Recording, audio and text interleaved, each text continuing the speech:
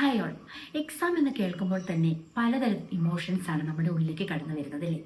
ശരിക്കും stress, anxiety, depression എന്നിങ്ങനെ പല അവസ്ഥകളിലൂടെ ആയിരിക്കാം നമ്മൾ ആ സമയങ്ങളിൽ കടന്നു പോകുന്നത്. ഈ എക്സാം പ്രഷർ കറക്റ്റായിട്ട് മാനേജ് ചെയ്തിട്ടില്ല എങ്കിൽ നമ്മൾ വിജയിക്കാനുള്ള സാധ്യത വളരെ കുറവാണ്. ആദ്യം തന്നെ മനസ്സിലാക്കുക എന്തുകൊണ്ടാണ് ഈ എക്സാം പ്രഷർ അനുഭവിക്കുന്നത്, അല്ലെങ്കിൽ ഈ ഒരു എക്സാം എന്ന് കേൾക്കുമ്പോൾ നമ്മുടെ മനസ്സിൽ ഇത്രയധികം ഇമോഷൻസ് ഉണ്ടാവുന്നത് എന്തുകൊണ്ടാണ്.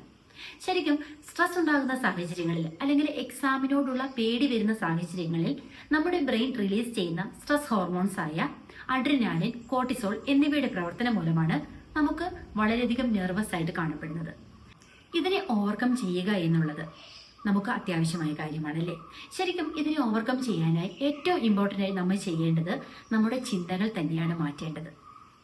അതായത് നമ്മുടെ ചിന്തകളാണ് നമ്മുടെ പെർഫോമൻസിനെ ഷേപ്പ് ചെയ്യുന്നത് എന്ന് മനസ്സിലാക്കുക.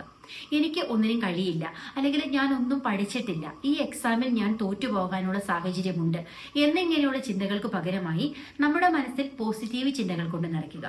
ഈ എക്സാം ഞാൻ വിൻ ചെയ്യും, ഞാൻ നന്നായി പഠിച്ചിട്ടുണ്ട്, ഞാൻ എൻ്റെ കഴിവിൻ്റെ പരമാവധി ട്രൈ ചെയ്യും എന്നിങ്ങനെയുള്ള രീതിയിലേക്ക് നമ്മുടെ തോട്ട് പ്രോസസ്സിനെ കൊണ്ടുവരാനായിട്ട് ശ്രമിക്കുക.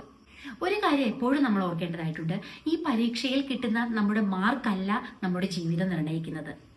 അതിന് പകരം നമ്മൾ ഈ പരീക്ഷയെ അല്ലെങ്കിൽ ജീവിതത്തിലെ ഓരോ സിറ്റുവേഷൻസിനെയും നമ്മൾ എങ്ങനെ അപ്രോച്ച് ചെയ്യുന്നു എന്ന രീതിയാണ് നമ്മുടെ ജീവിതം ഷേപ്പ് ചെയ്യുന്നത്.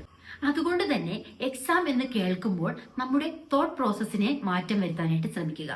നമ്മുടെ ചിന്താ രീതിയെ എക്സാം എന്ന് കേൾക്കുമ്പോൾ തന്നെയുള്ള നമ്മുടെ മനസ്സിന്റെ ആ ഒരു ചിന്തയെ നേരെ ഡൈവേർട്ട് ചെയ്ത് കൊണ്ടുവരിക. അതായത് എക്സാം ആണോ എന്ന് ചിന്തിക്കുന്നതിന് പകരം എനിക്ക് എക്സാം ആണ്, ഞാനൊന്ന് ട്രൈ ചെയ്യട്ടെ, ആ ഒരു രീതിയിലേക്ക് നമ്മുടെ ചിന്തകളെ കൊണ്ടുവരിക. Focus on the process, not the result. നമ്മൾ ഒടുവിൽ വിജയിക്കുക തന്നെ ചെയ്യും. ഹാപ്പിയായി എക്സാം എഴുതൂ. Good luck.